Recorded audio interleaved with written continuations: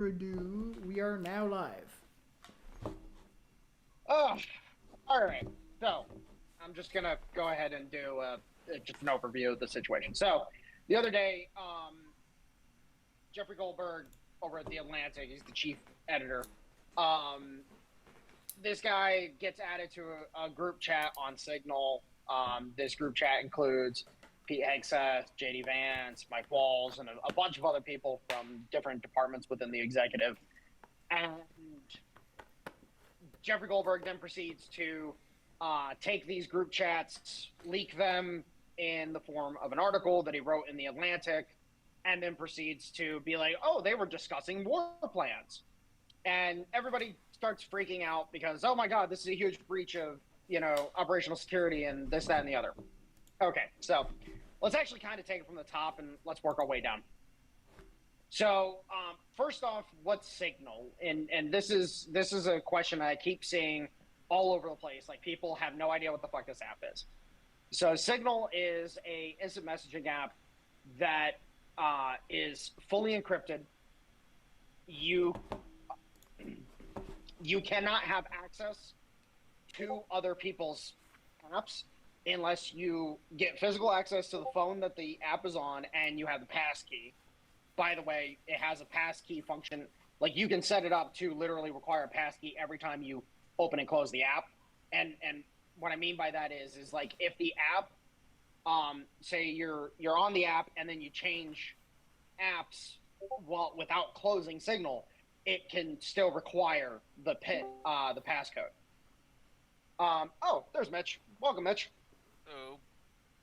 So what you end up having is again, for Android users, and this is very important, for Android users, Signal is the best instant messaging app in the terms of security on the marketplace, period, in story. There is no app that's better other than Element, but Element's a particular case.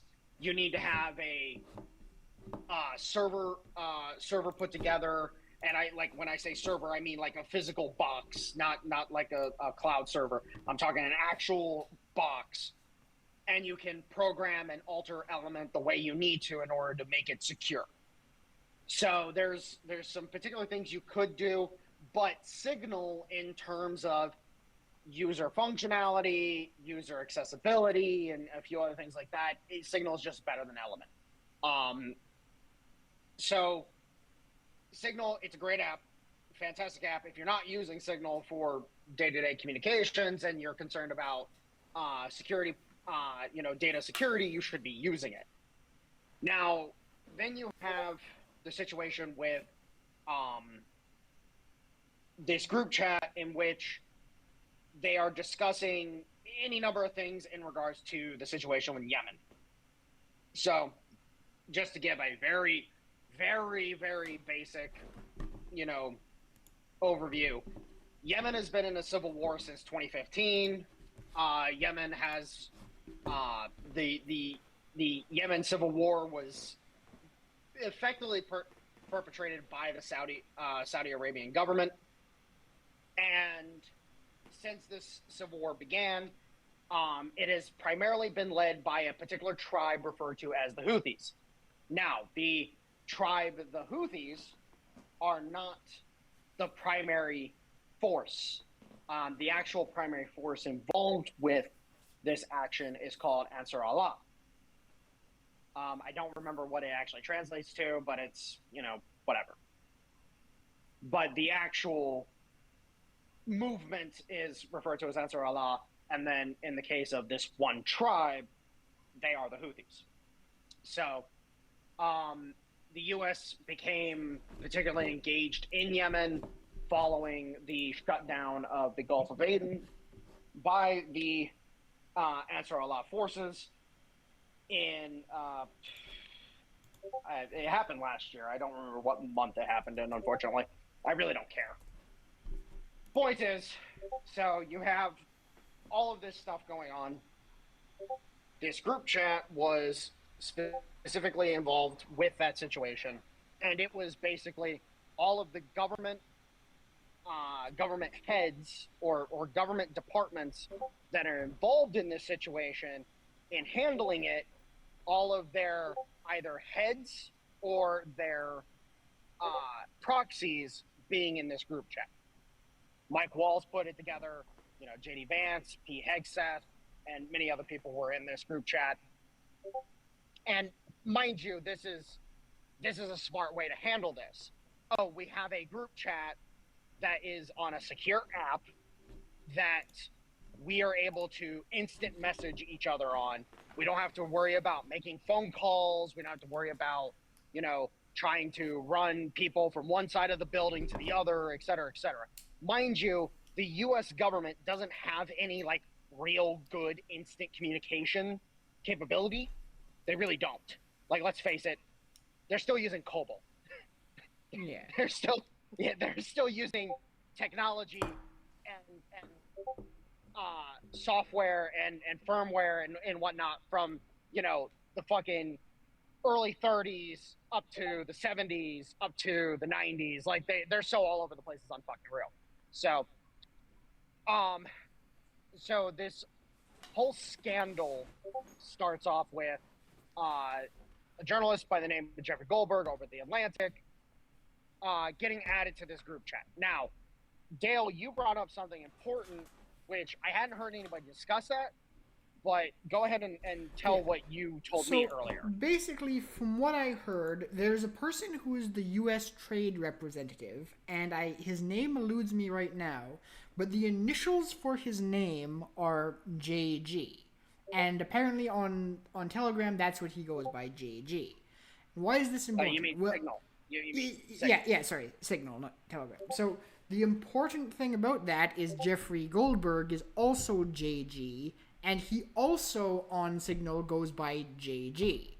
And what the going theory has been is that someone, most likely, I think it was Mike.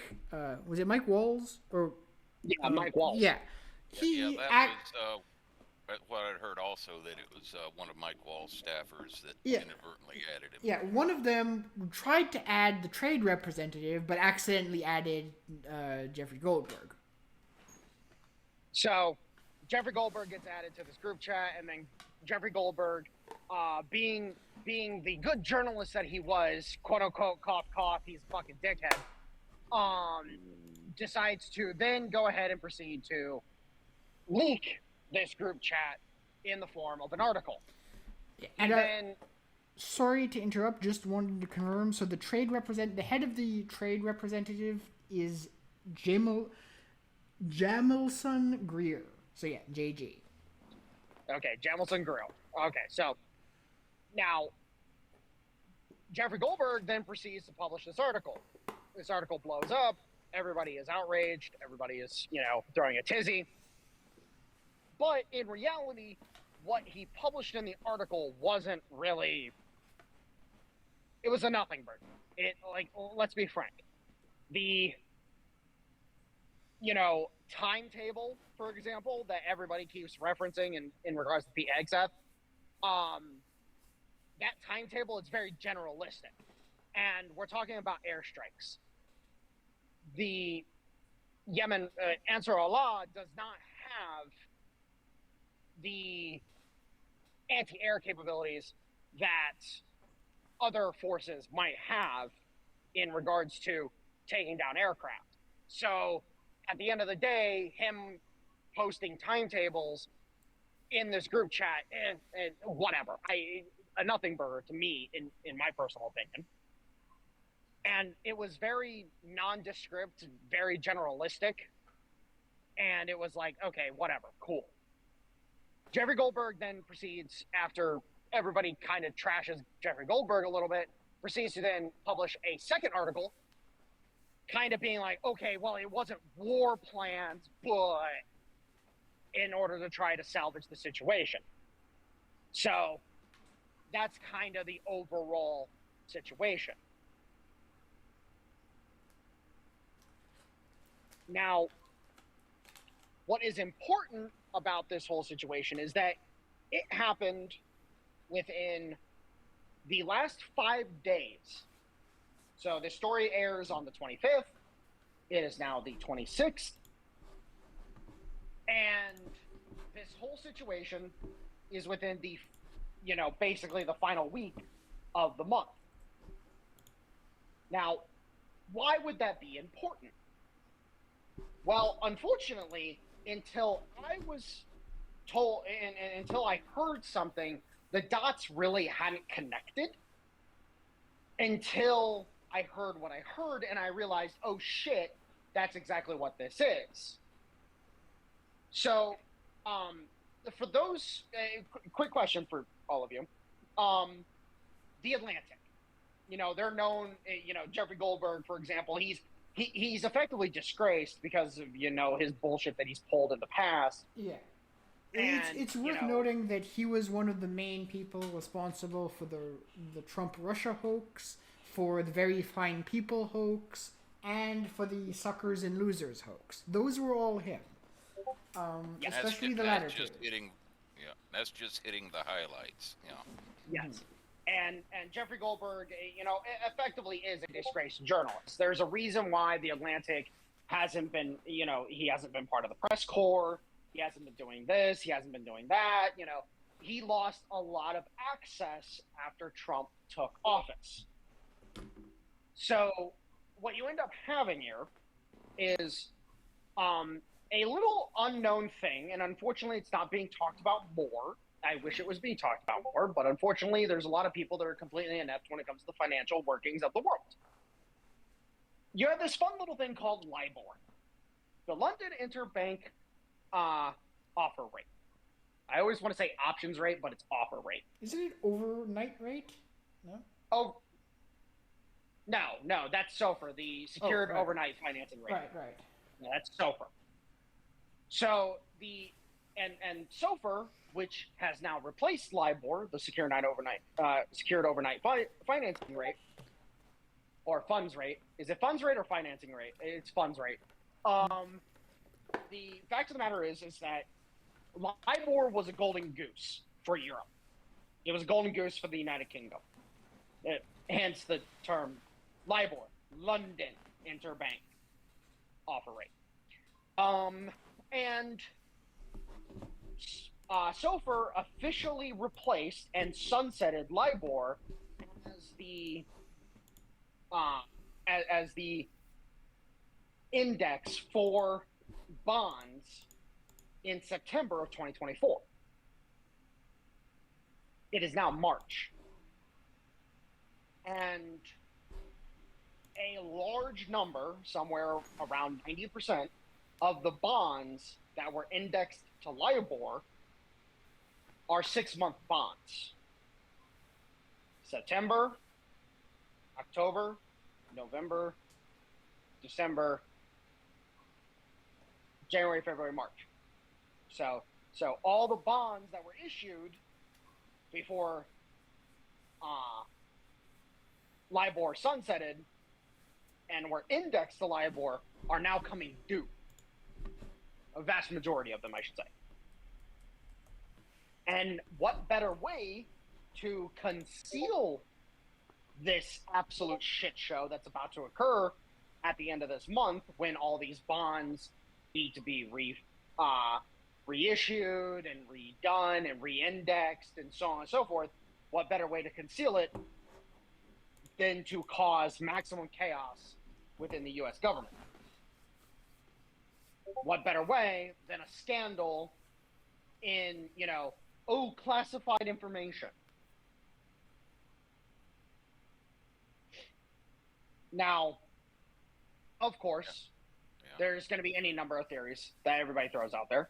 But after hearing about the LIBOR bonds, I'm like, oh, that's what the fuck this is. That's what this is. This isn't, some dog and pony show. This isn't no, it is literally they're trying to conceal the financial issues that they currently have ongoing with LIBOR.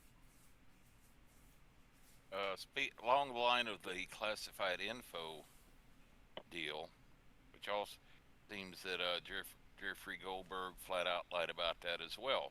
Because I watched a video last night Yes. another journalist interviewing Jeffrey Goldberg, and he said, "Well, if you're that concerned about this being an intel leak and there's classified information, now that they've tried to claim there wasn't any classified info in that, why don't you turn the classified info you have over to the Senate Intelligence Committee or over to the FBI or anybody? Oh, no, I can't do that. I'll get charged with a felony. And no, they're just wrong. There was, yeah, I'm going, yeah, bullshit. Oh, absolutely. And that's the thing, is that would be the proper channels to go through. See, this is a fun thing that they've perpetuated for the past couple, I'd say about 3 years now. You will not get arrested for having classified information if you figure out, oh, it's classified, and you turn it over. You won't get arrested for it. You might get interviewed and be like, hey, how did you come into possession of this? Where were you? What were you doing? Etc. You might get interviewed, but you're not going to get arrested. You're not going to get charged with anything unless you did something illegal to get a hold of the information. The same thing can be applied to, like, for example, child porn. And I'm specifically going to use this example because there's a lot of misnomers about this. If you discover child porn on a hard drive or on a computer or whatever, you're not going to get arrested for possession because you find it. There's literally a whole fucking FBI chain of custody that you can go through, and chain of communication that you can go through to turn this stuff over. So if the individual known as Jeffrey Goldberg had anything classified, he could have gone through those proper channels. The fact that he hasn't gone through those proper channels tells me exactly what I need to know. And I will say this: if he knew he had control of classified or possession of classified information, and he did not turn it over, that would be a felony. Mm-hmm. Exactly. He wasn't concerned about an intel leak. He was concerned about writing another salacious article, shall we say. Correct. Well, and I will point out, the Atlantic's a lot like Telegram or Guardian or the Sun. The Sun. Yeah. So it's just an American version of British tabloid media. It's really funny how this happens to be, oh, wait. Who does Jeffrey Goldberg have heavy intelligence connections with? Oh, MI6. Yeah, unfortunately, a lot of people, they immediately jumped on the whole Mossad bandwagon, and of course they did. But it's MI6. Like, that's actually who he has connection to. See, Mossad is... Yeah, excuse me, but now that you mention it, I saw one thing today, video by the Lotus Eaters, and they were saying that at one time, Jeffrey Goldberg actually resided in Israel, and he was actually a prison guard at one of their prisons. Right. I have not been able to confirm that, so I've heard the same thing, but I have not been able to confirm it, so I won't even like attest to that whatsoever. Well, so the claims I've seen on that were that he was a prison guard, and he also was. There was an incident where he rather savagely beat some prisoners, and my understanding is he said he's on record saying no, that didn't happen, but I saw someone else beating prisoners. So, well, yeah. Well, considering Jeffrey Goldberg's reputation for truth and honesty, right. Well, draw your own conclusions. Yeah, I mean, he's at least confirmed the whole he was there. It's just he says he wasn't, but he wasn't doing. He was there, just not one of the ones doing the beatings. But as to your point, Mitch, yeah. Well, I would not trust him as far as I could throw him. If he's confirmed that, then okay, cool. Fine, that I'll relent that. If he himself has said that, yes, I was a prison guard in Israel, which then makes it even more funny because it's like, oh God, like how more can you confirm that he's an intelligence plant than, oh, I used to work in a foreign country that is heavily influenced by the British.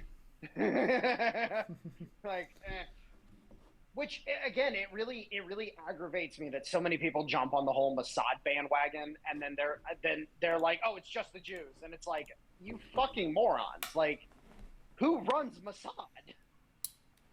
Like, it's not the Israelis that run Mossad. Mossad is there at the behest of the fucking British. Like, and hell, I will point this out, and I've been very happy to see this shift on several opinions. There are several people that before didn't really agree with me on the whole, British control over the Israeli government. And there's been a few of them that have come back to me and been like, oh yeah, I looked into that. You're onto something hardcore there. Like, there's actually like a lot of British connections in the judiciary in Israel. And I'm like,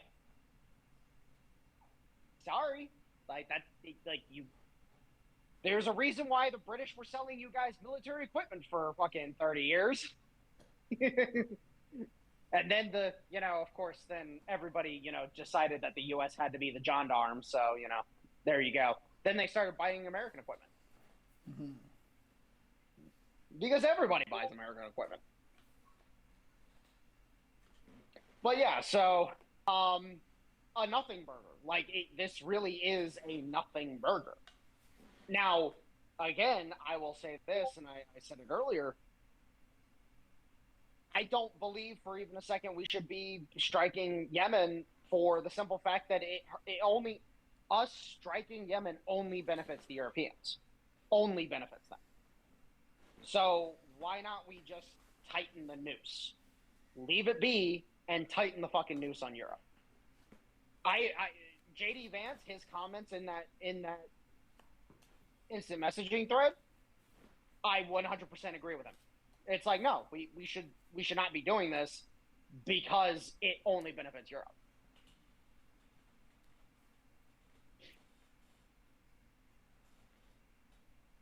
Yeah, the one thing that I found kind of disappointing were the number of otherwise reputable journalists they usually keep track of that initially fell for that Atlantic article hook, line, and sinker, like, oh my God, it's the intel scandal of the century, and yada, yada, yada. And I'm like, did you people even read the article before you went off the handle here? Well, I think at this point we can conclude that the phrase reputable journalist is an oxymoron.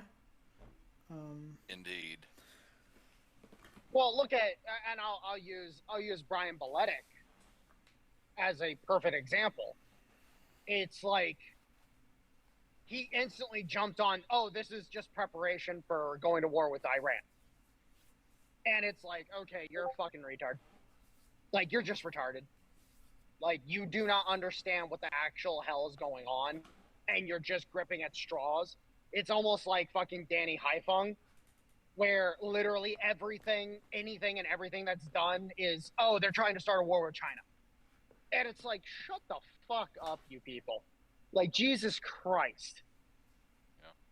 Yeah, but I've seen people like along the lines of like Glenn Greenwald, Viva Fry, even Daniel Davis were like buying into, oh, this is intelligence scandal and like it. And I'm like, oh my God, did you? Of course. Again, I had the same opinion of them. Said, did you guys even read the article and sit down to think for a minute about what was going on?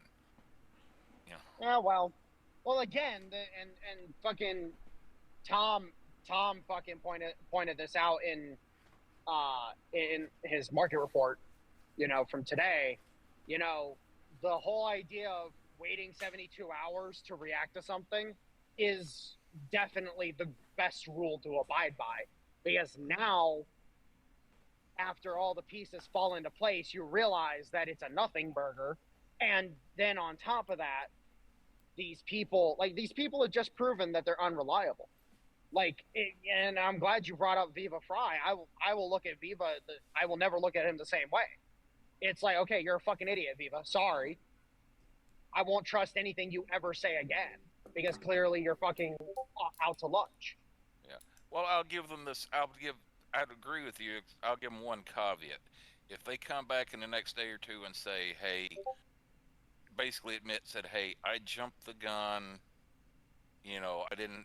Oh, they'll never do that. Based on the circumstances like that, I was initially wrong. There was nothing to this. I'll give them that if they come back and admit culpability. Yeah, but I don't have any faith whatsoever that they would actually do that. When do any of these types do that? The talking heads never cop up. They never do. That is unfortunately true. Yeah, you noticed I used the biggest word in the English language, if. Yeah. Well, and that's the thing. It's like, and here's the thing that really fucking grinds my gears about it is, I'm sitting here and I'm pissed off that the Canadian government's buying fucking billboards here in the United States. Like, why is the Canadian government buying billboards here in the United States? Fuck you. Like, that's shit that matters.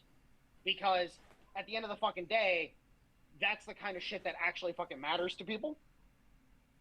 The whole idea that, oh, hey, we're using a communications app that is better, and on top of it, it's faster for us to use this than to use traditional fucking means of communication.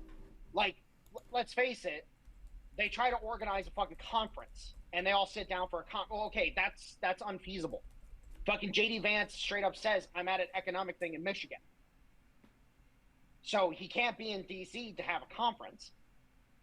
And then, also trying to fucking communicate with all these different people. A group chat makes sense, especially if you make it for this one thing and then you delete the fucking chat.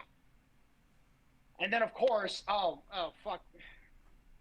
I hate this argument. So fucking Tim Pool earlier, he's like, I'm pissed that they have it set up to fucking delete the messages after a week. And I'm like, what? That's OPSEC, dude. If you're concerned about fucking data security, that's a data security fucking 101 that the messages are deleting. Like if you're using a government phone, they tell you to delete your texts every fucking month. Bare minimum. I think the government standard is 1 month, if I remember correctly. So it's like, no, like if you want communication security, you need to delete messages. So, all these people across the board, in my opinion, they've all had fucking terrible takes. They've all had terrible fucking opinions on the situation. And the only one that, in my opinion, has had a good take was S2, which S2's kind of been flaky in recent months. But he had the opinion of, well, there's a good chance that this was actually a fucking ploy to get information out there and then, try to do a PR thing. And it's like, okay, that's a possibility. And now that I'm aware of the LIBOR stuff, I'm like, oh no, this is connected directly to LIBOR. It is absolutely connected to fucking LIBOR. Because that's the only thing that makes sense. Because at the end of the fucking day, the PR in regards to bombing Yemen, honestly speaking, like that can be managed in other ways. Like they don't have to fucking leak shit to an adversarial journalist, especially one like Jeffrey Goldberg. The idea that Jeffrey Goldberg was inadvertently added to the group chat via a staffer actually makes more sense. Especially given the trade representative having the same initials, and mind you, I've done this with Signal as well. I've inadvertently added people that I didn't mean to group chats, and it's like, oh crap, and then I fucking bounce them out when I see the full name. Like I've done it before, so. Yeah, on the whole Canada buying billboards down here in the United States deal, I still stand by the suggestion I made the other day. We should rent go up to Canada and rent billboards at like all the airports and the border crossings, the ports, etc., etc. So that as people are entering Canada either across the U.S. border or flying over from another country or coming on a board ship, when they initially go through customs, here's this big billboard staring them in the face saying, "Welcome to gay North Dakota."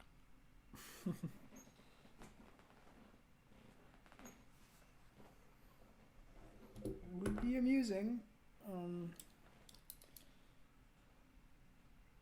That, not so much against the citizens of Canada, but against basically the government, I would say.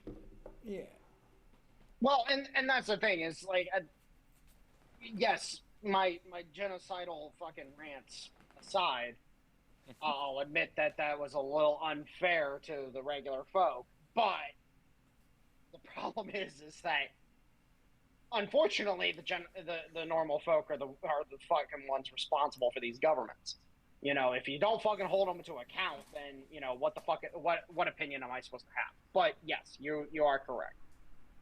Now, here's the big issue. Is this is going to get tied into a bunch of different fucking bullshit. They're going to try, they're trying to get rid of Pete Hegseth. They want to get rid of Pete Hegseth desperately because Pete Hegseth, per what I've been hearing, Pete Hegseth has been gunning the fucking Pentagon like crazy. He's been getting rid of people across the fucking board. He's been fucking shuffling people around, and the Pentagon's loving it, by the way. The military is loving it because they're like, holy shit, we're finally getting rid of some of the people we've been needing to get rid of.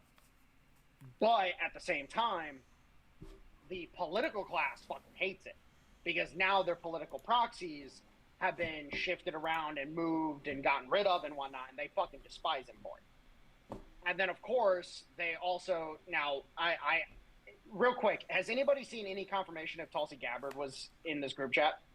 She was not.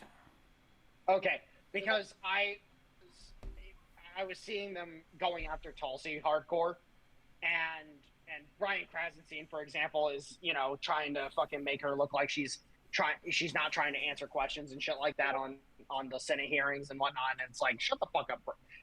Can we deport the Krasensteins to the UK because we already suffer enough having to fucking take Piers Morgan? Can we finally officiate the swap? Like, seriously? Like, if we have to take your terrible fucking dude, you can take two of ours because Piers Morgan is that bad? Yeah. And also the Krasensteins are really, like, only half a person anyways. You're not wrong. Fucking limp dick fucking noodles. Yeah. Like, damn. Like, I really didn't think that they could be that much of a bitch. But yeah, no, it's just a simple fact that, they're going to try to use this to attack any number of people. Now, what's funny is you notice how they're not going after J.D. Vance. Mm-hmm. They're focusing very heavily on Hegseth. But in the case of J.D. Vance, his messaging was so fucking clear and blatant that literally everybody is like, oh, fuck, this guy is not going to go down without a fight. We are not going to be able to get rid of him too easily. And they realize it. They understand, like, oh, shit, this guy is going to be the problem. And that's why they're not trying to kill Trump right now, because they're like, oh, shit, if J.D. Vance becomes president, this is going to be a big issue for us. Yep. Problem is I don't think they're fully grasping that the suburban white women are going to be dropping their panties for J.D. Vance in 2028. They really think they're going to be able to win that election. Yeah.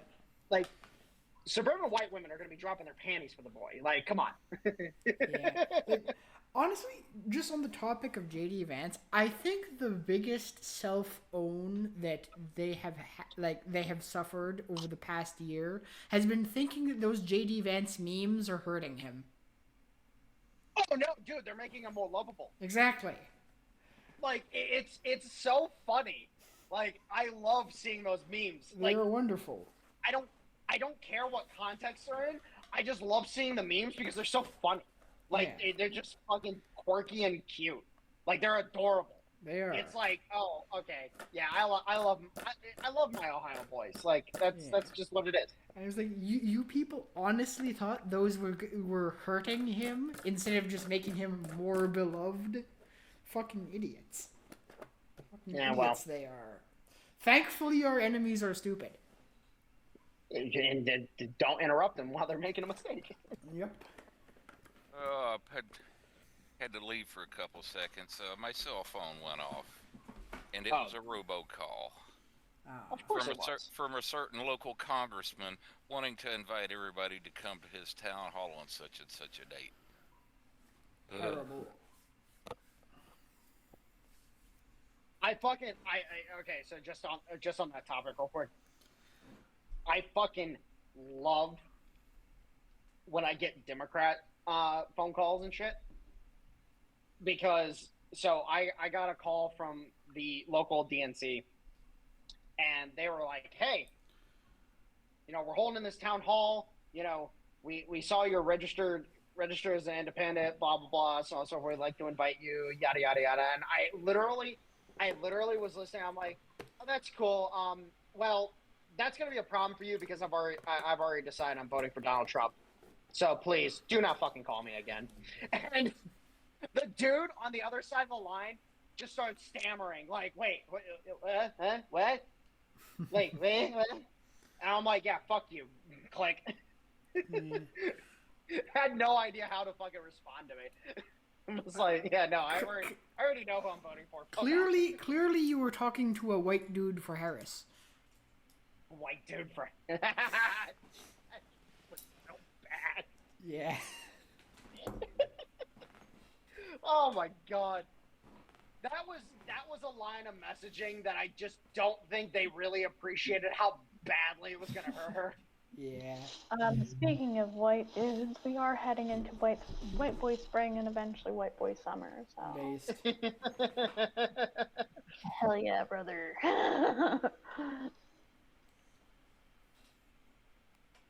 Can't really Yeah, complain. if anybody needs a song for White Boy Summer, by the way, White Boys by Tom McDonald and Adam Calhoun. Yeah.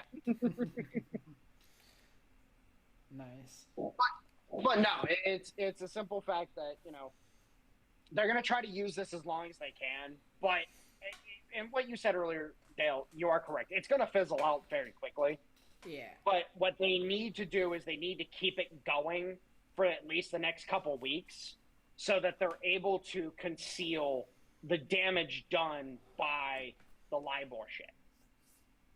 Because, the Fed has already basically straight up told Europe, like, you're not borrowing dollars unless you fucking have collateral. And that's the problem. LIBOR. So a key word in SOFR is secured. Mm-hmm. In LIBOR, notice how there's nothing indicating collateral. That's because all the bonds issued under the LIBOR index were uncollateralized. Whereas now under SOFR, you have to collateralize the bonds. Yeah. Well, if the way Europe is going, I'm not gonna say for sure whether or not they're just gonna say, well, our people's savings is collateral. Oh no, they've already confirmed they're gonna do that. Yeah. They're gonna try to do it. Okay, no, if I was a European right now, I'd be pulling my money out of my savings accounts and shit. Yeah. I would not have my money in the banks. Nope. I would be buying gold, and I would be chartering a boat and getting the fuck out of Dodge. Probably good advice. Oh yeah, there's a reason right now. Have you guys seen the Southern European messaging that's going on right now? No. So Southern Europe, which for those who might not know, Southern Europe includes Spain, Portugal, Italy, Greece, and that whole area of the Mediterranean, basically. Mm-hmm. So right now there is a lot of messaging that I've been seeing over the past couple weeks that is anti-Northern European. That basically Southern Europeans are like, nope, fuck you, go away. We don't want anything to do with you.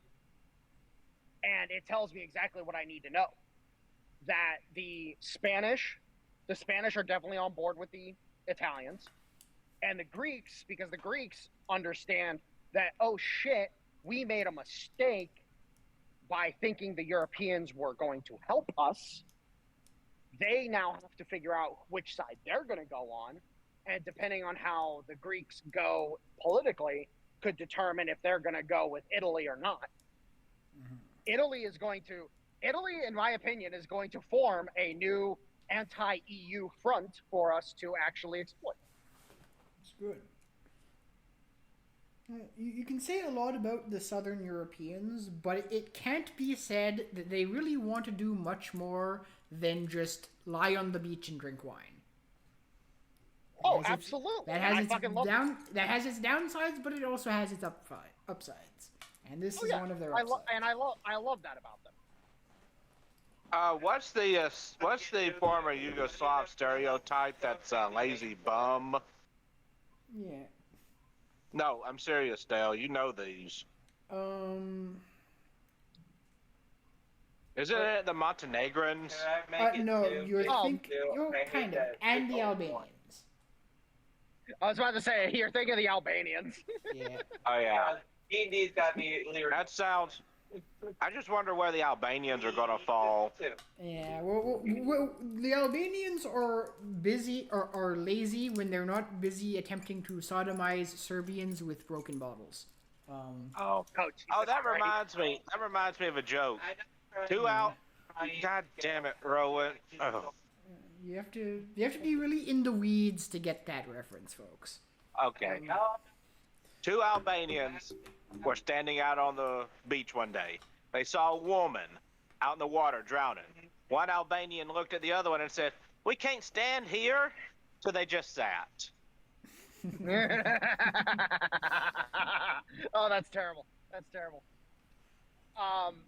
But yeah, no.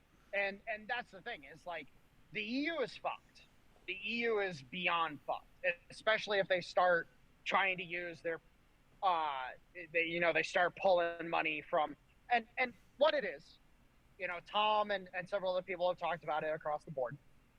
What they're trying to do is they're trying to collapse the euro so they can issue a new euro, except this euro is going to be digital and fully traceable and fully taxable. Mm-hmm. So that they're able to, just control their people as hard as they fucking can. That's what this is. Don't worry, Europeans. You'll be perfectly able to use your central bank digital currency to buy your monthly supply of cricket. But that's the fun part. That's the fun part, though, is that if there's a civil war in Europe where they're like, nope, who's gonna be the money that they use to finance that civil war? It's not gonna be European.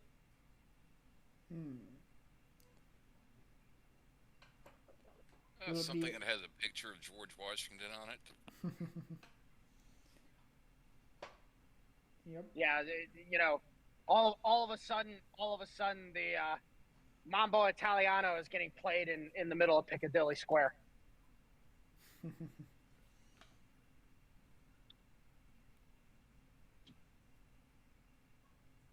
Oh my god, that's hilarious. Okay, so I'm sorry.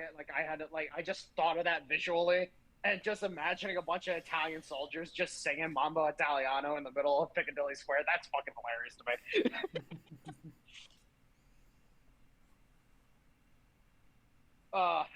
I love being a Guido. Because I know exactly what it would look like. But no, and I think what the big thing is that, we're facing a shadow war. Like, we're in the middle of a shadow war. And people need to understand, and the biggest problem is you have these big names like Tim Pool, for example, who has no fucking clue what the hell is going on. He has no access. He has no understanding of what the hell is happening. He doesn't understand the financial markets whatsoever. And at the end of the day, he talks and he sounds like a freaking bumbling idiot to somebody like me, because it's like, oh, I know, I actually have a clue what's going on. And then regular people, they listen to Tim Pool and they're like, "Oh, Tim Pool's a great guy. He truly understands this stuff." And it's like, well, no, he doesn't. Nope. There's a reason Tim Pool has a reputation as the fence sitter extraordinaire. Yeah. As I often say, Tim Pool is by far the least interesting thing on his own show.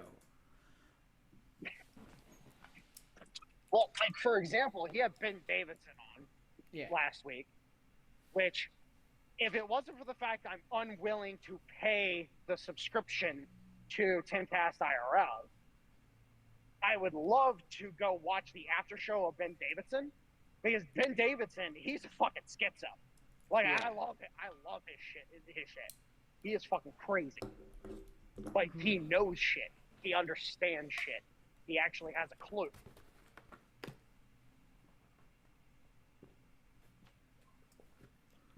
Did you watch the non-paid or the non-premium parts of that show? Yes. Ben didn't really have much time to talk. And I think because they know Ben is a bit of a fucking schizo, they were like, "Hey, we'll leave your shit for the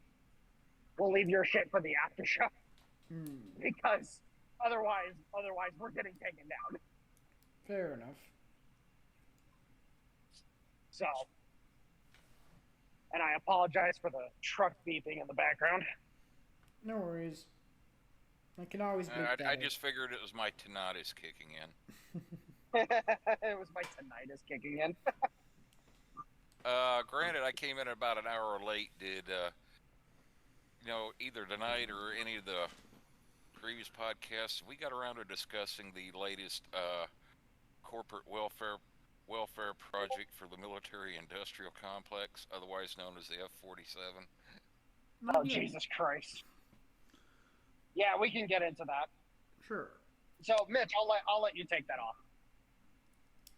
No pun intended. So basically, after since the original announcement by Trump, what I've seen interviews with like one gentleman, an ex F-14 pilot named Ward Carroll, interviewed a gentleman from Aviation Week, and also another gentleman over in Europe whose channel name is Millennium 7.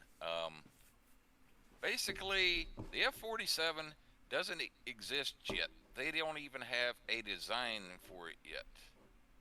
The only thing they have done so far is fly one or more technology demonstrators, trying to figure out exactly what they want the F-47 to be. Let me guess. They've already spent like $10 billion just to do that. Close. $8 billion. Come on. But what Trump was referring to as what would be flying by 2029 at the end of his term would be the first prototype for the F-47. And basically, besides the $8 billion they have already spent, they have allocated another $29 billion for the development, and then another $20 billion for actually purchasing said planes, which they figure will, best guess is they won't be in service at the earliest until 2035, and there's not going to be precious few of them, because the final price is estimated by the Congressional Budget Office, which is probably going to go up significantly from there. Right now, it's estimated at $300 million each, 3 times what the F-35 costs. And also, they still haven't developed the engines for it yet.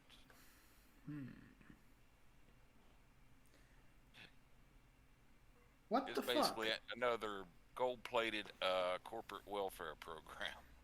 Yeah. Well, with how many 737 Maxes have been falling out of the sky, it doesn't surprise me. Yeah, it's basically, instead of the F-47, calling it the F-47 program, many people started calling it the B2P program, the bailout Boeing program. I like that.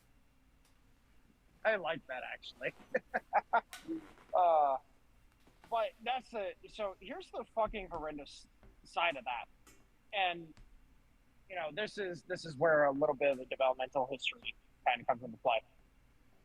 One of the things I pointed out the other day when we were talking about this, Mitch, is that the original concept for now I did have my dates a little mixed up.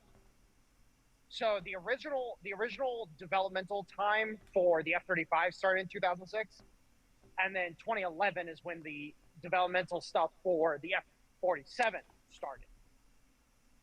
And the simple fact is, we're already this far down the fucking line with this shit, and we have no airframes to show for it. And the F-35, for example, it's a fucking joke of a plane. Like, let's not kid ourselves. It's not a good airframe by any stretch of the fucking imagination. Yeah. Thank you. I was getting ready to use some language that was far more derogatory to describe the F-35 that Varg would have had to bleep out. Well, the fact of the matter is that at the end of the fucking day, we're talking about airframes that, they're not combat capable if they're too damn expensive to fucking replace. There's a reason why F-22s are not forward deployed. There's a reason why the F-22 stays in the States. Because you can't forward deploy something you can't replace. The same thing with the F-35. The F-35 is being forward deployed because we have more of them, but, oh, by the way, they're so cost prohibitive that if we lose airframes, we're not going to be able to pay in order to replace them. Why are they so expensive? It's the whole stealth bullshit that they keep fucking wanting to try to tack on to fucking everything. Does it actually work? Yeah. Well, so for example, there was data released by some hackers back. This would have been like 2022, 2023, somewhere in that region. There was data released on the radar cross-section of the F-35. The radar cross-section of the F-35 is about the size of a fridge. Which, in reality, is pretty fucking solid. That's pretty good for a fucking plane.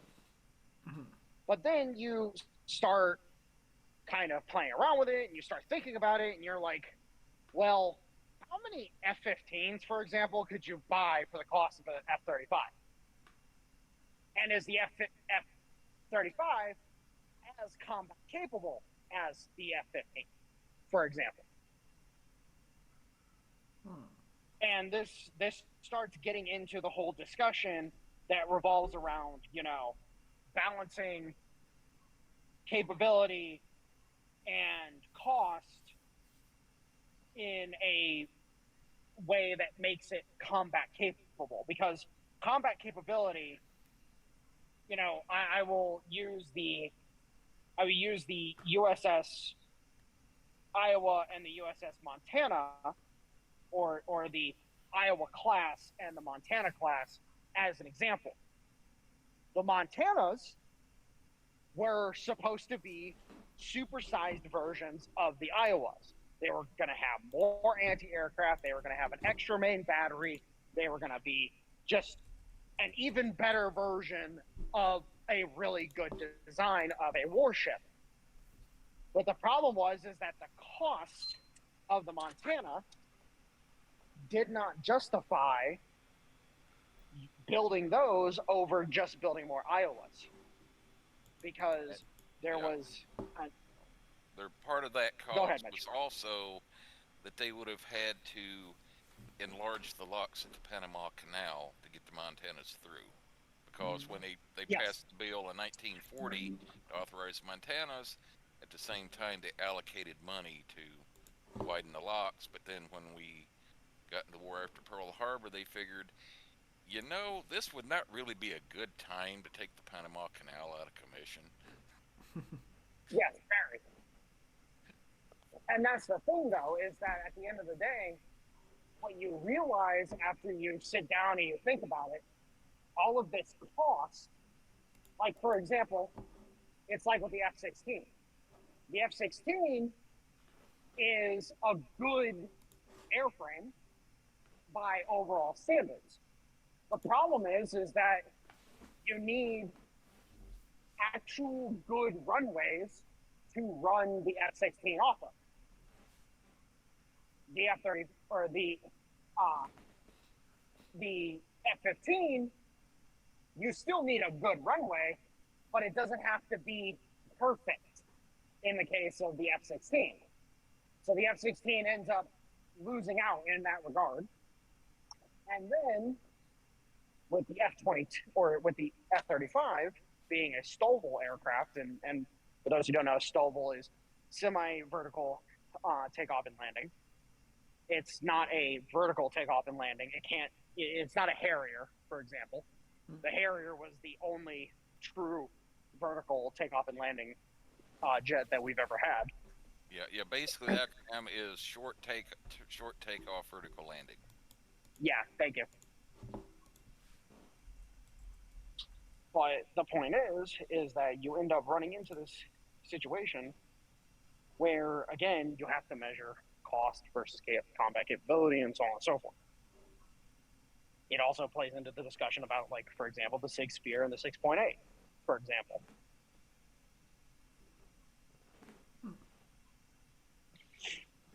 And you've also got the other problem with the other programs the Air Force is trying to handle right now, as in the new B-21 stealth bomber. The Sentinel ICBM is supposed to be replacing the Minuteman, which is 2 years behind schedule and significantly over budget. Trying to replace their, upgrade and replace their tanker fleet, etc., etc., etc. Yes. And that's the thing, is like, overall, our cost versus combat capability is incredibly lopsided right now. And unfortunately, there's a lot of people who don't understand this. Like, for example, I had somebody trying to, contest with me over the F-35. And they were like, oh, but the F-35 is this, that, and the other. And I'm like, okay, how many bombs can the F-35 carry? I don't know. Oh, internal bomb bays, 4,000 pounds. Well, that's great. I'm like, the F-15 can carry double that. Oh, wait, the F-15 doesn't have to have internal bomb bays or ordnance bays, because that's also where they keep the anti-air missiles. So, oh, wait, if the F-35 is set up for anti-air combat, it's not set up for ground strike combat, which, oh, by the way, all of our planes, whether we like it or not, have been pressed into ground attack roles across the board because we need more CAS because of our doctrine. Our doctrine over-relies on close air support. And when I say over-relies, I mean over-fucking-relies. So the F-35, you have to attach external pylons in order to even get on the same level as the F-15. And then on top of that, oh, wait, external pylons means that the F-35's radar cross-section increases. So, oh, wait, the F-35, they weren't planning on putting external pylons on it, so they didn't design it initially with external pylons, which is why the F-35B and C are a thing, because they were like, oh, the Marine Corps, because the Marine Corps only flies F-35Cs, the Marine Corps wanted external pylons on their planes because they needed the extra close air support capability. So they were like, no, give us the ability to put external pylons on our ship. And it's a case of so many people do not understand this shit that then it ends up getting into political discourse because they're like, oh, well, we need to do this, we need to do that, and it's like, no, we don't. Stop trying to fix what's not broken. Stop trying to replace the A10. Stop trying to do this. Stop trying to do that. Oh, hey, by the way, I would love to see a super tweet. But, the super tweet wasn't sexy enough. So we can't have super tweets. Oh, F111s? We're not allowed to have F111s because they're not sexy enough. Shit like that.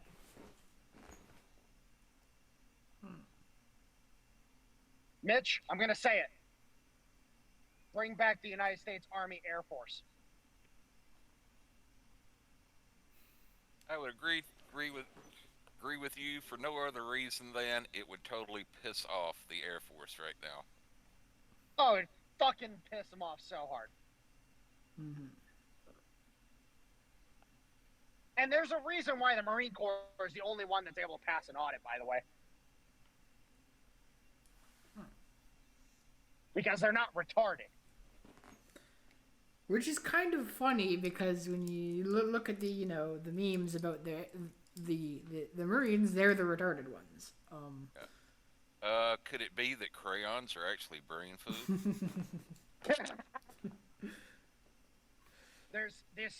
They made a contract with Crayola that has special additives that increase brain functionality, and that's why Marines are just better at doing shit than every other branch. They're secretly lacing the crayons with nootropics. Nootropics. So is that why you're such a dumbass, dear? Because you chose not to be a Marine in the end? Fuck you! I mean, you said it, not me. It was your words, not mine. Excellent Damn. from the top rope maneuver. I'm sorry. Damn. I said that was an excellent from the top rope maneuver there. Thank you.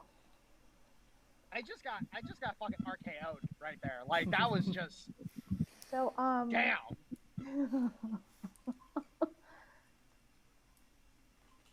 I lost my train of thought. Wow, being pregnant sucks. I'm sorry, but that right there just fucking... Did I don't know how to respond to that. Oh. I don't know how to respond to that. Like, I'm just lost for words. Yeah, no, he's so distraught. She woke up and decided to choose violence. And I woke up pretty damn late. Yes. Well, early for me, but late. Getting back to the conversations. Mute your mic. You're all staticky. The fact of the matter is yes, like, and the cost overrun is fucking horrendous. And the simple fact is that politically speaking, the F-35 is a fucking disaster. I see the F-47 becoming a similar political disaster. And it's just going to be another thing that, fucking ends up causing fucking just absolute fucking chaos within the military. That's what it comes down to, unfortunately. Again, we need to be building more F-15s and fucking F-16s, even though the F-16 is, fucking... unfortunately, the F-15 is just more expensive. But we need to be doing new production F-15s and F-16s before we even fucking consider fucking developing a new plane like the F-47 or the F-35 or whatever. Because the Russians have fucking proven that they know how to fucking develop aircraft. Like, I'm just going to say it right now, and I don't care what anybody has to fucking say at this point in time. Show me a good example of the Su-57 being a bad plane. Show me an example of it. The F-50 or the Su-57 is it looks like crap, and shut the fuck up. Like, is that the best you can fucking do? The original prototype wasn't sexy. It wasn't like fully put together and shit like that. Oh, congratulations. How much does the Su-57 cost versus the F-22 and the F-35? How much? And Well, that's the thing is nobody really knows. But the point is I bet you it doesn't cost as much as the fucking F-22s and F-35s. Probably not. Now, mind you, the F-22 is a good plane. After they fucking worked out the problems with the oxygen system and finally figured out what the fucking issue was, it is a good plane. But the problem is that it's like, oh, that would be too expensive to restart the production. Well, why did you shut down the fucking production in the first place? You fucking morons. Fucking mongoloids. Like, why did you shut it down? Oh, because we have a military industrial complex that is for profit, and so they don't keep production lines around that they don't think they need. Oh, wait. Fucking 10 years later shows exactly why we needed to keep the F-22 production line around. Which also goes to explaining why we have such low capacity for making ammunition and like artillery shells, because once the ammo and the artillery shells are made, what happens? They sit in a warehouse and they don't generate any profit. And like the ongoing maintenance and upgrades to these other weapons programs they have.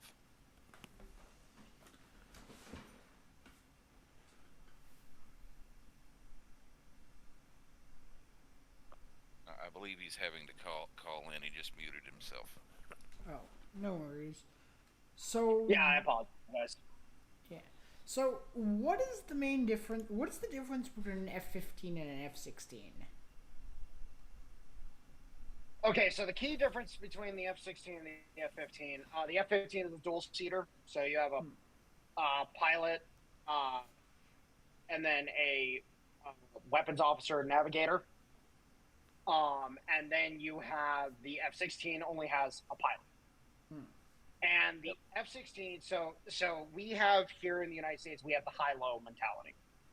So the high-low doctrine is you have, you know, an airframe or a ship or a tank or whatever.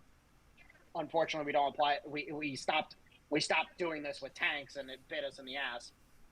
You have a asset that is more technologically advanced, a little more expensive, or well, in the case, if I remember correctly, the airframe cost of an F-15 is basically double that of an F-16. But they tend to be more technologically advanced, more expensive, but they offer capabilities that allow for the low asset. So you have the high asset and the low asset. The low asset can piggyback off of the capabilities of the high asset.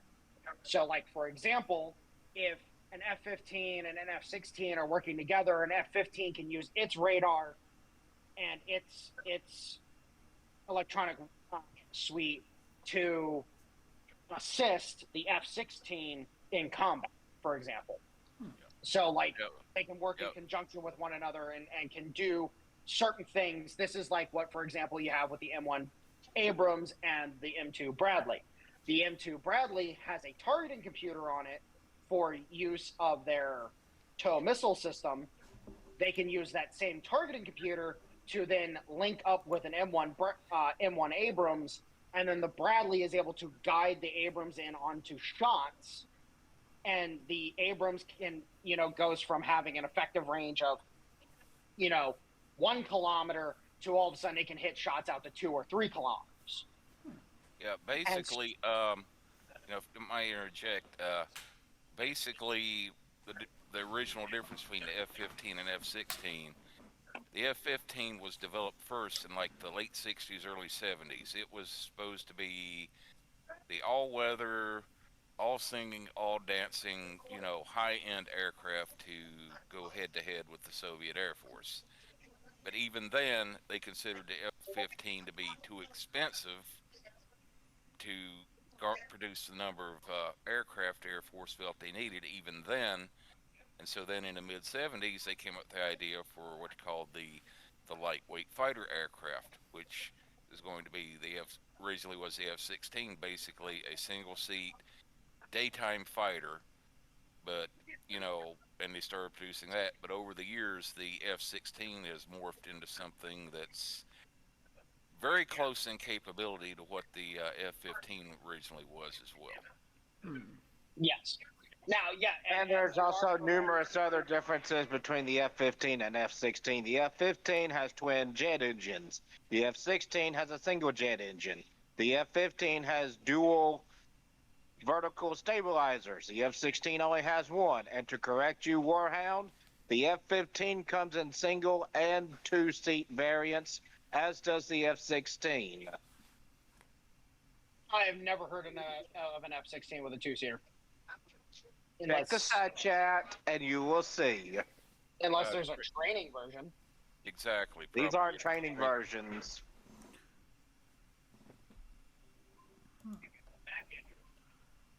Interesting. Holy shit! I have never seen that before. Never question the aircraft autist. True. Okay, and honestly, I'm gonna be completely honest with you. I forgot the F-15C existed off the top of my head. When I think of the F-15, I think of the dual seater, and then of course the F-15E, which is also a dual seater. So the F-15C, I completely forgot it fucking existed. Now, in the case of the dual seater F-16, I have never seen a dual seater. What model is that? That would be I think it says block. It's an Israeli version. Interesting. Okay, that doesn't count. We're talking about the U.S., not other countries. We're talking about the United States, bud. I couldn't read the writings. That's like bringing up the fucking Mitsubishi version of the fucking F-16. That's fucking 3 times the size, basically. Not really, but it's fucking much bigger. You're talking about you're talking about the F2, which is their replacement for the F1. Which, fun fact, the F1 was the very first indigenously produced jet by the Japanese since World War II. Good to know. But, anyways, getting back to the fucking point. Hold on, I'm pretty sure we use. Let's see here. The F-16B and F-16D are two-seaters. But the point that I'm making is that, you have this mentality that has existed in U.S. doctrine since basically World War II. Because, like, for example, we started developing this mentality during World War II with the F-4 Sherman and the F-5 Stuart. The Stuarts were used as light reconnaissance and could do infantry support stuff, while the Shermans were running around engaging heavier assets. Now, yes, the Sherman technically wasn't meant to engage tanks per American doctrine. That's what the M10 tank destroyer was meant to do. But the M10s were not as plentiful when the war started, and so they had the M4 and actually I believe it was the M3 Stuart at the time. The M2s and M3s, they're basically indistinguishable. But you had those two tanks, and then the M10 would come onto the scene later in 1942, where it was in significant enough numbers that they could actually use it in the role that it was meant to be. So, yes, this whole mentality was devised, and this is how the U.S. has rolled since World War II. The problem being is now in the current day, you have, the F-15, the F-16, they need to get replaced. They're too old. It's too old of a design. Well, I'm like, okay, why? What is your reasoning for wanting to get rid of them? What is the reason? Well, if you look at the reasoning, you realize, it's just like the reasoning with wanting to get rid of the Ticonderoga class, where now we're realizing that, wait, the Arleigh Burke is not the jack of all trades that we thought it was, and the Ticonderoga is still relevant in most cases. Oh, and by the way, the Ticonderoga is a better escort, but, I digress on that. And So- you can reference my comments there from a day or two ago regarding replacing our ballistic missile submarines. Oh yes, absolutely. But the fact of the matter is that in the case of the Air Force, you know, they were like, oh, let's develop the F-35, this jack of all trades airplane. Well, then they realized, oh shit, we can't just have the F-35 because the F-35 isn't a jack of all trades. And now the F-35, it looks like, is turning into what the F-15 was, where it's super expensive. You have fewer airframes, and you have this, you know, it's able to do a lot, but the problem is it's not able to do a lot because most of the computer systems that are supposed to be in the F-35 aren't actually in the F-35 currently because they're still developing those computer systems. And then, what are they going to, they can't have only F-35s. We've already established this. So what is the replacement for the F-16? Well, they aren't planning one. And yet, we need something like the F-16. Because you can't just have all F-35s. Oh, by the way, we also need a ground attack air asset, which they want to get rid of the A-10 because it's not sexy enough, but they don't have any plans to develop an A-10 replacement. And yet, they need an A-10 replacement. So, in the case of the F-47, they haven't really actually determined what the fuck it's supposed to do. It's just a fucking... the way that fucking Mitch put it, it's literally just corporate fucking welfare. It's literally just meant to keep Boeing alive. Yeah. Let's throw money at the wall and see what sticks. Yeah, that's basically what it's come down to. Well, and that's the thing is, like, what is the F-47 supposed to be? What is it supposed to be? Is it supposed to be a, emergency program to replace the F-35 because the F-35 is garbage? Well, that's going to be a problem for taxpayers because taxpayers are like, but you just started adopting the F-35 and you spent all this money developing it. What the fuck, man? And the F-47 is going to be 3 times, just now estimated to be 3 times the cost of the F-35. You care to guesstimate what it'll probably cost in another freaking 10 years? 10 times?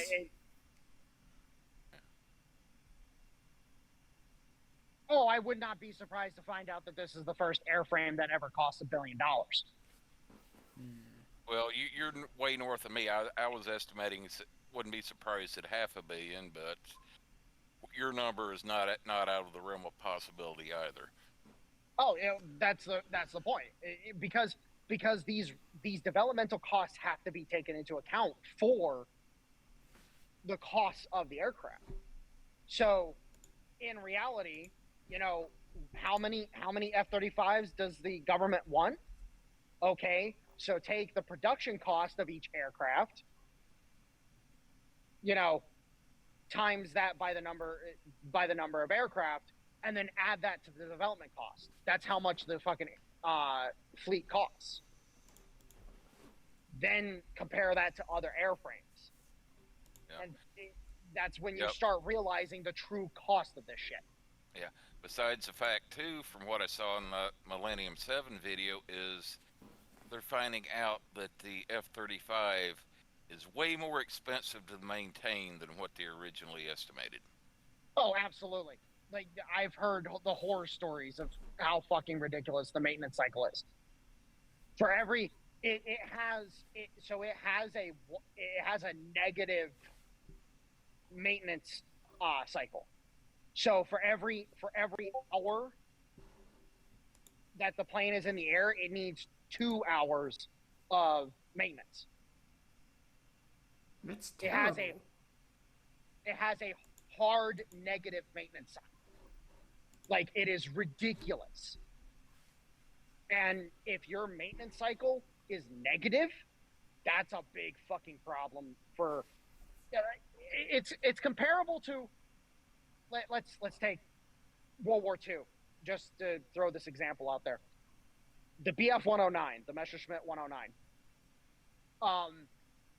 Do you guys know how they did in-field repairs of the BF-109? How? Mitch? Nope. You know? None. Okay, good, because they didn't. The planes, after they were damaged, had to be sent back to the factory to be refurbished because they didn't have in-field fucking capability to repair them. They just didn't. And that was one of the logistical hurdles that hurt the Luftwaffe really fucking badly.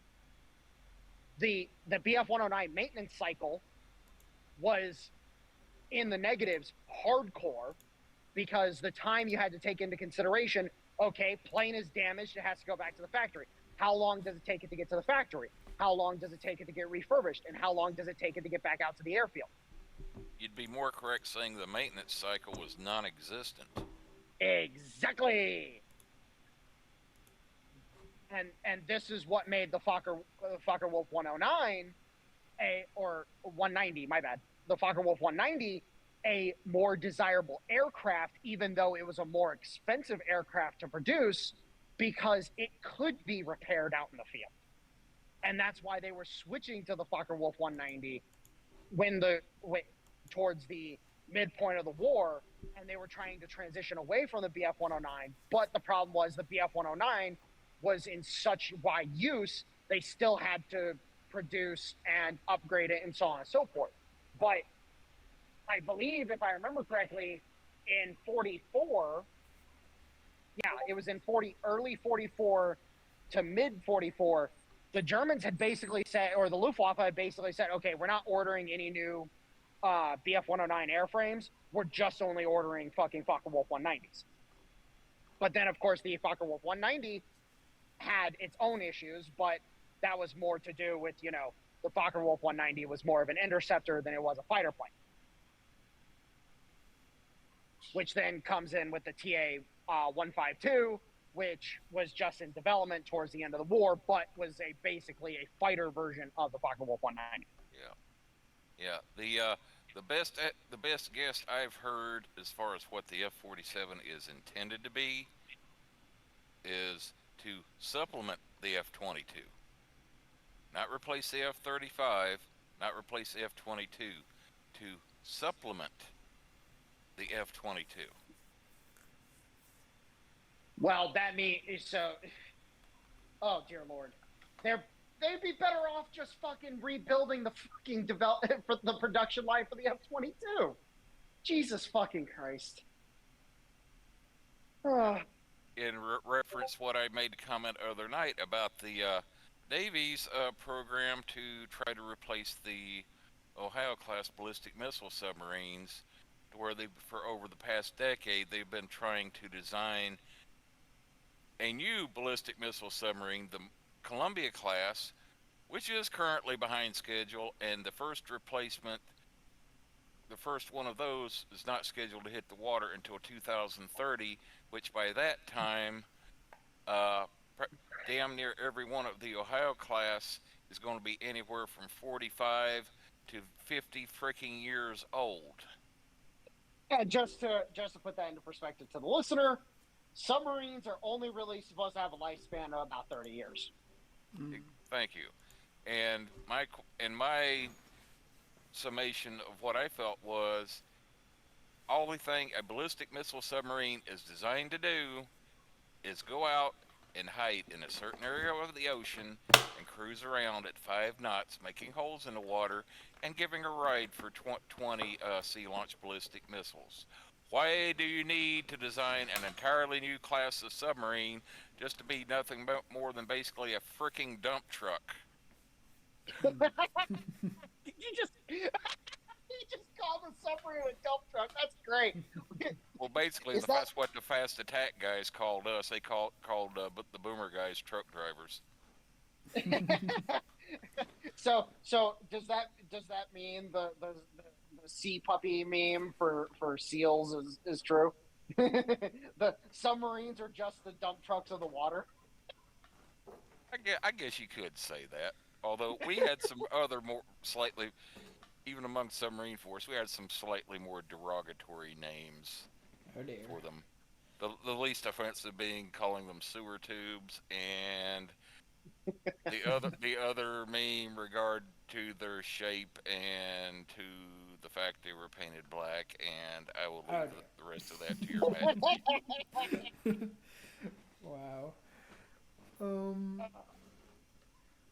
But But, that, but yes, you could have simply took the basic design for an Ohio class submarine, removed 4 of the missile tubes because now by treaty, ballistic missile submarines are only allowed to carry 20 missiles. Upgraded made same basic hull design, same size. Upgraded upgraded the reactor plant if need be. Upgraded the sonar and electronics, and just build the damn things. well, and that's the thing is like, for example, you and me have discussed the Constellation class previously. The Constellation class is fucking. I wouldn't be surprised to hear in the next like 3 or 4 months that they're downgrading it again to being 5 years behind schedule, because it's already 4 years behind schedule. I would not be surprised in the least. And it's like just one of those things where it's like, okay, why did you not just go back, look at the Oliver Hazard Perry, and figure out how to take that design and update it?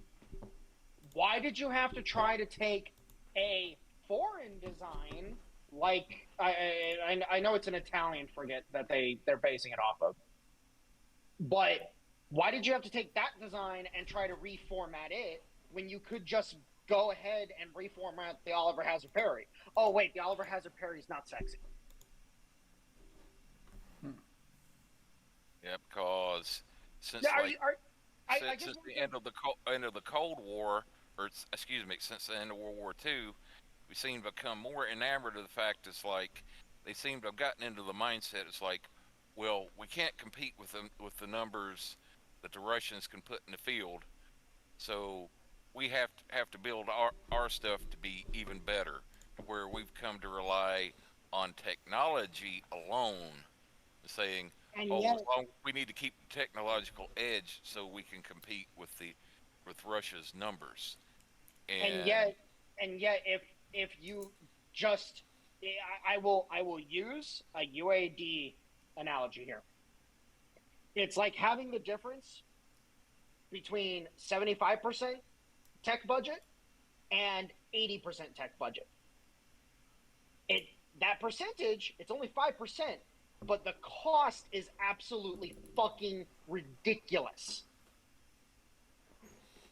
There's no reason to move. There's no reason to move beyond 75% because you can still maintain technological edge at 75%.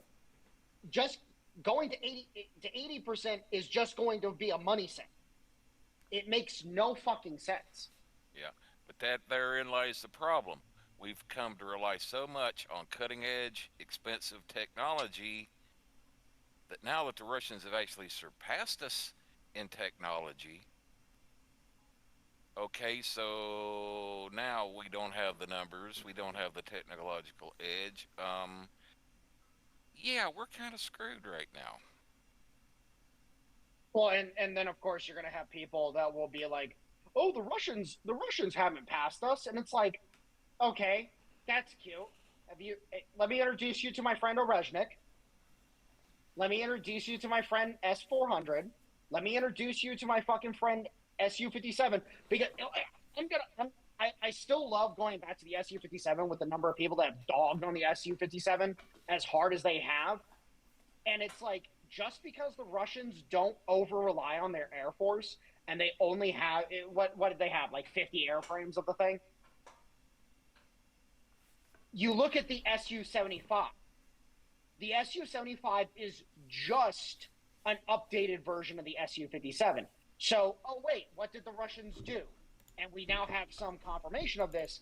They perfected the technologies on the Su-57 as a test bed airframe, and now they're setting up to produce the Su-75 as the production airframe, and they're probably going to build like 200 of them.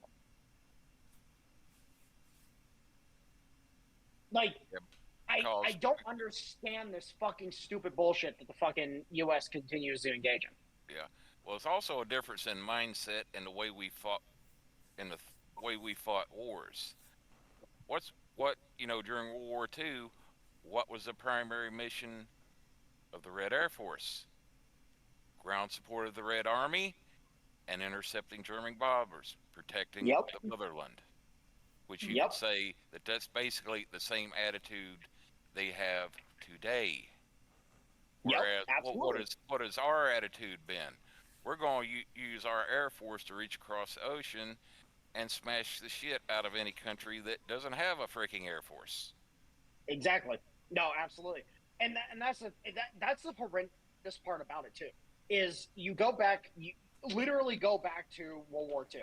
And World War II is a great fucking example of this because it's when the U.S. developed this retarded mindset.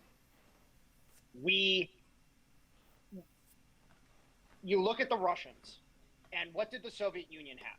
They had I-16 or I-15s, I-16s.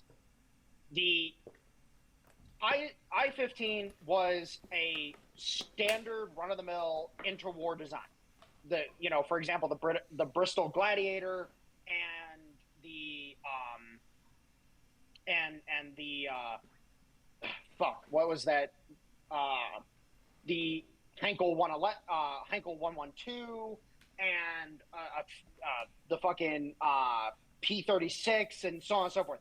So you had these standard interwar designs, and then you had the I-16, which the I-16 was a fast, very maneuverable little interceptor, basically.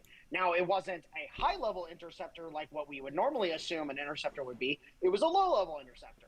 Because at the time when the I-16 was developed, bombers weren't flying at 20,000 feet. They were flying at 8,000 feet.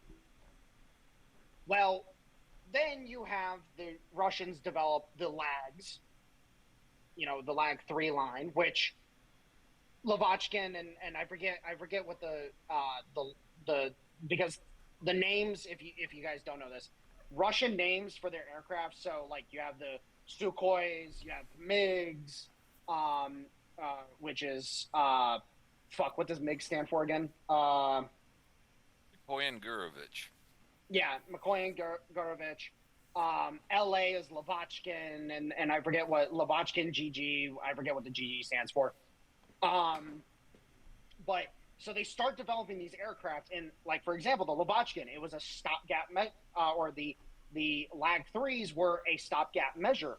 They weren't really meant to be, fantastic aircraft. They just needed something that could actually shoot bombers down, because these bombers, the Heinkel 111s, are flying at high levels. They need something that has a cannon on it that can actually shoot these planes down. So something that was good enough. Exactly. And then what follows on after the Lag 3? The Lavochkin 7, the LA-7. The LA-7 was a phenomenal aircraft, and it could dogfight. So you had an interceptor that could dogfight, which, oh, by the way, that's what the P-40 or the P-51 ended up being. Then you end up having the follow-ons with the the Ilyushin 2, the Sturmovich, the ground pounder from absolute hell, the precursor to what we now refer to as the Su-25. The fucking Ilyushin 2 was a fucking menace. Let's face it, that thing probably has more tank kills than the fucking A-10. Like, let's be honest. Yeah, and German fighter pilots referred to it as the flying porcupine. Yeah, because oh, by the way, we can't shoot it down, and on top of that, if it gets us in its gun sights, it's gonna kill us. The IL-2 is a hilarious plane. Just saying, it looks derpy as fuck, and it's just so dangerous. It's unfucking real. But the fact of the matter is, is that they design things with specific purpose in mind. And then you look at the American side of the equation, bombers are going to end wars. That's cute. How'd that work out for you? Oh, the 8th Air Force fucking lost how many fucking men? How many fucking casualties did the bomber mafia cause because they didn't want to actually understand that maybe, just fucking maybe, bombers need escorts? And then... Reference our conversation the other night regarding Exactly. Hap Arnold and drop tanks for P-38s. Exactly. But, like, for example, when the war first kicks off, what is the plane that we have available? The P-40. Yep. P-40 doesn't have the fucking range in any way, shape, or form to actually escort bombers. Not even a little bit. It can't fly high enough to escort bombers. So then, what do they develop? They develop the P-38. P-38 can escort bombers, but then the bomber mafia is like, oh, that's not sexy enough. It doesn't. It needs drop tanks. It's not sexy enough. And then after they don't put the P-38 in Europe because they need planes over in fucking the Pacific as much as they do, then we get the P-47 Thunderbolt. Well, the P-47, they were like, well, shit, we need escorts, and we need escorts badly. Okay, you can fucking use drop tanks. Well, the problem with the P-47 is that it was a good plane, but it wasn't a good escort. And so the P-47 then finds its niche in ground attack, which then makes the P-47 not sexy anymore. And first off, they fucking hated it's actually really funny. They went back to the P-40 lineage of design because they thought the Thunderbolt was ugly as fuck. And it's like, okay, well, I'll take my fucking pig any day of the week. And then the P-51, when it comes out, it's a good plane, but it's, it takes over a year for them to get the numbers built that they need. They are still sustaining massive casualties during that time period. And then on top of that, we're looking at massive numbers of fucking qualified pilots not being available. And on top of that, the bomber crews are... I can only imagine how many fucking bomber crews we fucking lost simply because we didn't have enough planes available at the time that they needed them. Like, the numbers of losses that could have been prevented during World War II on the American side if this stupid political bullshit hadn't been allowed to happen, it disgusts me to even think about. And the same thing is happening nowadays, except thankfully now we're in peacetime and we're not in the middle of a war. Thank God. Well, yeah, don't let the British know. It might be angry.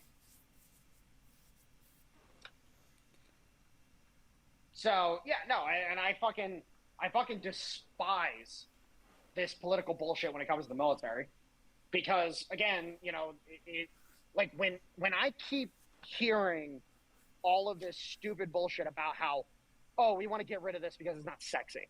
It's like, fuck you. I don't care how sexy it is. I want it to work. There's a reason why the fucking AK is still around, because it fucking just works. It might not be the sexiest, it might not be the best, but it's good enough at doing its job, and that's killing motherfuckers. Yep. Yeah, basically look at World War II with the tanks. As far as like just tank versus tank combat, well, the Sherman was basically your original bog standard M4 Sherman wasn't what you would call top of the line as far as being the premier tank killer. Nope. Or that's what the Germans tried to design their tanks to.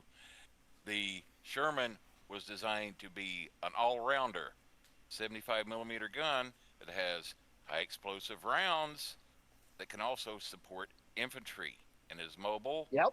And is easy to repair. Versus the Germans, well, we got to build the best tank ever, so our tanks will survive, and we can kill all the enemy tanks, and went overboard with the freaking technology and the design. Yep. So yeah, it's like you said the best is often the enemy of good enough. Yep. True. Perfect is the enemy of good enough. And that's the thing is, like, for example, like in our discussion about the Sig Spear, at this point in time, there's a lot of people that are thinking like, hey, maybe we made the wrong decision going with Sig. Maybe we should have gone with True Velocity, and we should have adopted the bullpup, because the bullpup just shot better. And then on top of that, they're also thinking, oh, well, maybe, just maybe, the super hot ammunition that Sig makes isn't going to be the best option. Overall, we probably should have gone with True Velocity's ammunition, because one, it's lighter and we can carry more of it, but also we can rechamber other existing weapon platforms for that round. Again, the 240 Bravo. They've already developed a kit to rechamber it for the 6.8 by 51. And it runs better. Yeah. And in general too, the higher the velocity ammunition, the faster your barrels are going to wear out. Well, yeah, that's a big fucking concern.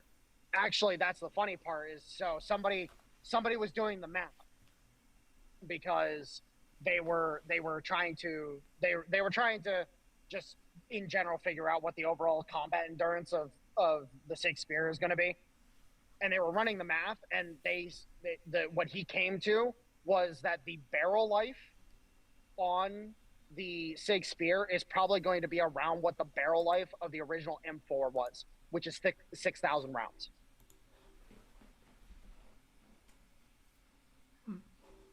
Which, by the way, FN, after they started making the heavy barrels for the M4A1s, increased that to 12,000 rounds of M855A1, but that required an overhaul of every single rifle in the inventory in order to compensate for that.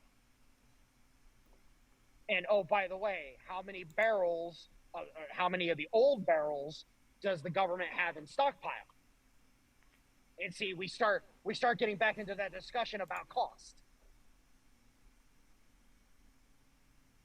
Which, oh, by the way, so the Russians, do you know the metric that they have for their infantry rifles? No, what is it?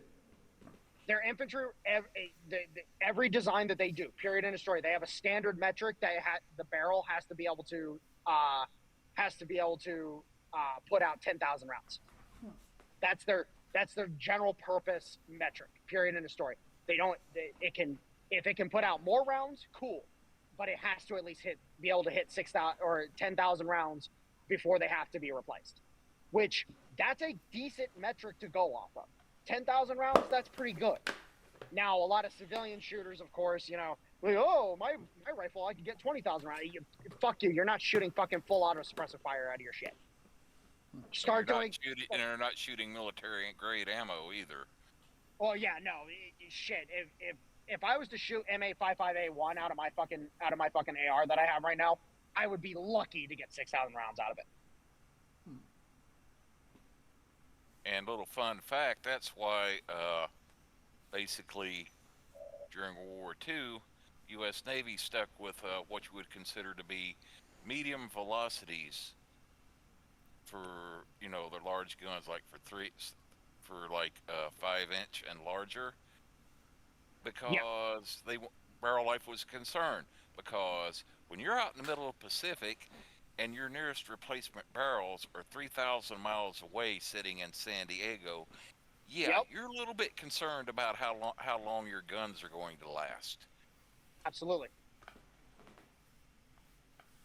But no, that's the overall, the cost of the F-47. Again, I would not be surprised to find out it's the first airframe that hits $1 billion of fucking airframe. I would not be fucking surprised. Taking all of its cost into effect, it will most likely hit $1 billion. Yeah. And it's fucking atrocious. Yeah. I would be willing to make a bet with you. that by the time it hits 500 million, they would consider it to be so expensive that they end up just canceling the program altogether.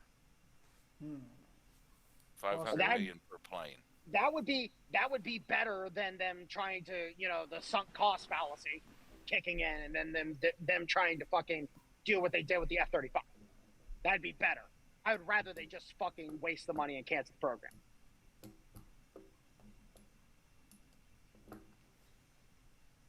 Here's the thing. Just out of curiosity, how long have we been going? Let's see. We are currently at an hour 45 minutes in. Oh, okay. So y'all really didn't start till about 8 o'clock there. So. Yeah, just Yeah, about. yeah. You literally came in like right after we started. We were actually waiting for you. Yeah. I appreciate the thought, but you didn't need to. I was caught up with other things this evening. Reason I didn't show up till about 8 o'clock there. No, it's all good. Mm-hmm. But yeah, no, and this is what makes me fucking happy.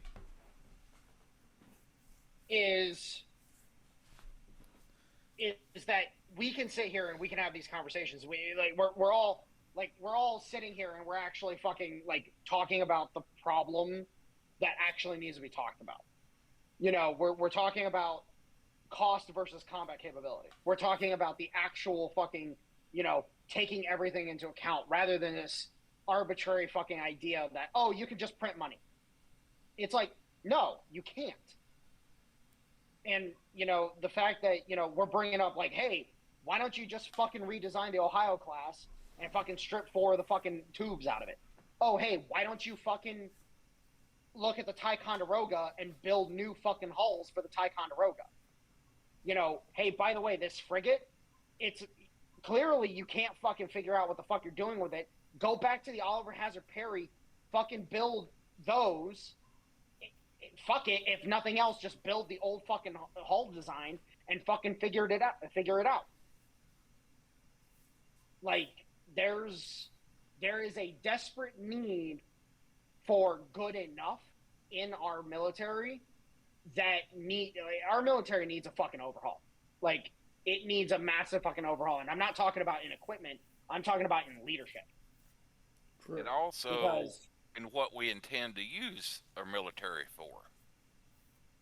Because what would we reference before about how the Russian Air Force is set up to basically support support the army and to protect the homeland. Yep. How was ours geared up to go fight wars in other parts of the world and power projection? Yep. Once we change the mindset of what do we need to defend the United States and have effective war fighting,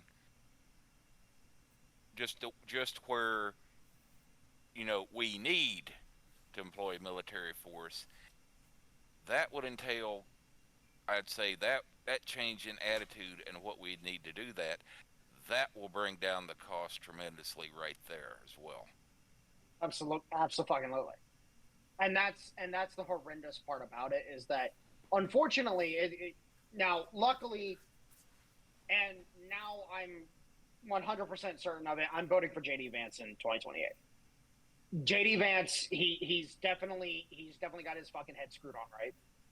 His mentality towards the Yemen thing is clear, and it's like, okay, clearly you know what the fuck you're doing. You know where your fucking your true north is, and yeah, you got my fucking vote, bud. Because now we actually potentially have leadership that can actually be effective, and potentially, if JD Vance fucking selects a SecDef that's anywhere near like him, that SecDef will then look at the military and be like, hey, we're getting budget cuts, just letting you know. And you don't get to say in it. Oh, by the way, if you're a 4-star, you need to be in my office and you need to justify the reason for you existing. Yeah. Well, they could all... Instead of doing that, they should just have... If you're a 4-star, okay, now you need to pass a basic fitness test. That'd fix the issue. Oh dear God! You would eliminate the entire freaking upper officer corps of the U.S. military. Yep. You think I'm joking? No Well, more let me- morbidly obese generals, a la Millie. So here's the fucked up part. Is that at the end of the fucking day, like the days of officers actually being in the field with the troops it's fucking over. You're not going to catch anybody above the rank of colonel out in the field. Period in the story. It's just not going to fucking happen. The generals are not going to be out in the fucking field. So it's at this juncture, I don't even fucking consider it a fucking potential. Sorry, we're not the Russians. But at the end of the fucking day, if these generals actually fucking had a clue, I wouldn't care about a fucking fitness test. I don't care about them. What I care about them is actually having a fucking IQ higher than fucking 80. And actually understanding, like, oh, by the way, deeming something not sexy enough is not an excuse to fucking not pursue something. Or deeming something sexy enough is not not a good enough reason to pursue something. Or I'm sorry. Or pushing a program to curry favor with particular companies so they have a job once they retire from the military. That too. Exactly. But that's the thing, is I want more F-15s and F-16s and F-111s and less fucking F-35s and F-47s. I want more of those planes. More hardware and less vaporware. That's a good way to put it. Yeah. But it's like, at this point in time, like the F-22, like, again, I would much rather them just invest the fucking money. Yes, $200 billion fucking dollars. It would suck. It would be a fucking pit that we'd have to fucking dump money into. I get it. But I would rather see the F-22 get a fucking restart on its production line and we actually produce more airframes than we fucking waste money developing. We've already wasted how much money on the F-35? Real quick, do this for me real quick, Dale. Mm-hmm. The cost of the F-35 development program was like $87 billion. Real quick, look up the cost, the estimated cost for the F-35, and then how many airframes does the U.S. military currently have? Look that up real quick. All right. F-35, it's about 100 million per. As for how many they have, I think he's looking for the total program costs here. Oh. Well, no, the total development cost was $87 billion. So I know that off the top of my head. There's 1.1, so 1,110 of them have been built. Okay, so 1,000. 110. What was it? 1110. Okay, times and basically 100 million. Yeah. Let me type this out properly. So we're talking, I think, up into trillion, aren't we? Close, but no, I don't think. 111 billion. So it's a lot of fucking money. Plus 87 billion. That's 87 million. That's 87 billion. That comes out to 198 billion dollars. As I just said earlier, the F-22 production line would have cost $200 billion to reopen. But yet they're projecting the F-47 program to only going to be costing somewhere in the region of about $60 billion. Press X to doubt. Yes. Again, I'm just pointing that out. I just said it. The F-22 production line would have cost $200 billion to restart, and they've already spent a total of 198, roughly 198 billion on the F-35s. Mm-hmm. I'm sorry, you're not justifying it to me. I don't care. You're not justifying it. And then tack on the F-47. Fuck that. I don't care who you are. You're not justifying it. So, at the end of the fucking day, unfortunately, all these fucking idiots and all these fucking retards out there that want to continue being like, oh, we need sexy, we need sexy, we need sexy. You know what? At this point in time, if I hear somebody fucking try to talk shit, I'm just gonna be like, okay, that's cute. Please stand against the wall.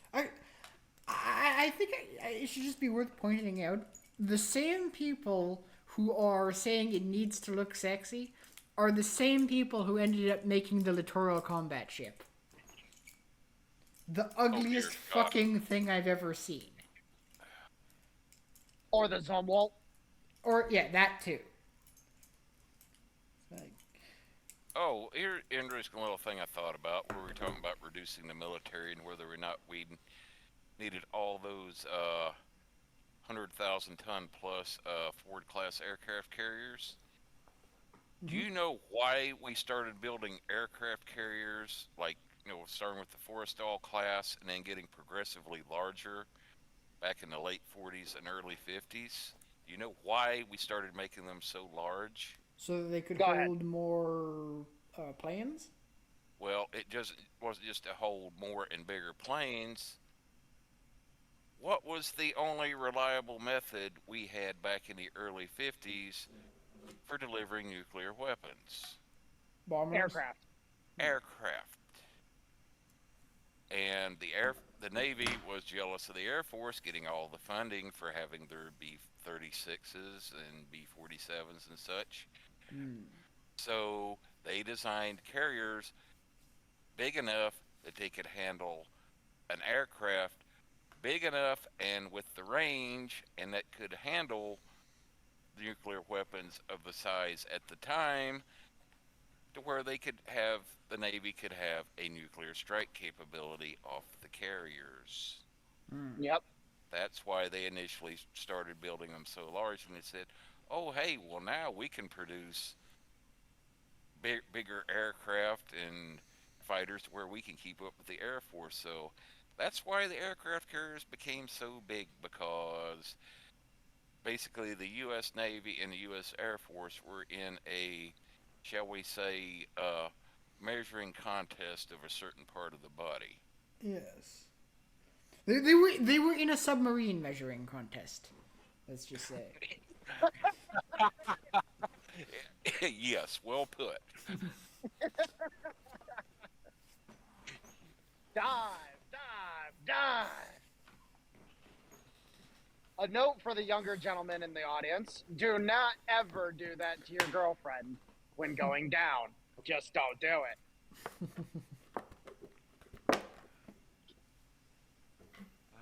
She will hit you. I would know. Anyways. I hit him all the time. It's okay. Yeah. Well, gentlemen, I hate to say this, but and ladies, say this, but it's getting late and I'm feeling hungry, and I also need to go to the bathroom. So this might be a good, and someone is getting ready to get off work, so this might be a good point to call it here. I think you are correct. It would be. We are about 2 hours in, so ladies and gentlemen, once again, we shall see you next week. Thanks for watching. Ciao.